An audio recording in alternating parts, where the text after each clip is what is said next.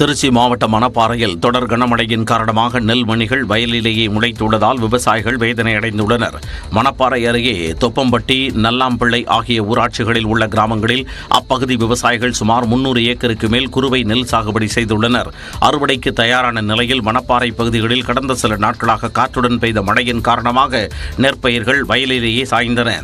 வயல்களில் தேங்கிய தண்ணீரை வெளியேற்றவும் அறுவடை செய்யவும் வழியில்லாததால் நெல் மணிகள் வயல்களிலேயே முளைவிட்டு வருவதால் விவசாயிகள் கவலையடைந்துள்ளனர். 2 நாளாக பேஞ்ச மழையில் ரொம்ப மழை எல்லாம் ரொம்ப தண்ணியெல்லாம் அடிச்சுட்டு போயிடுச்சு.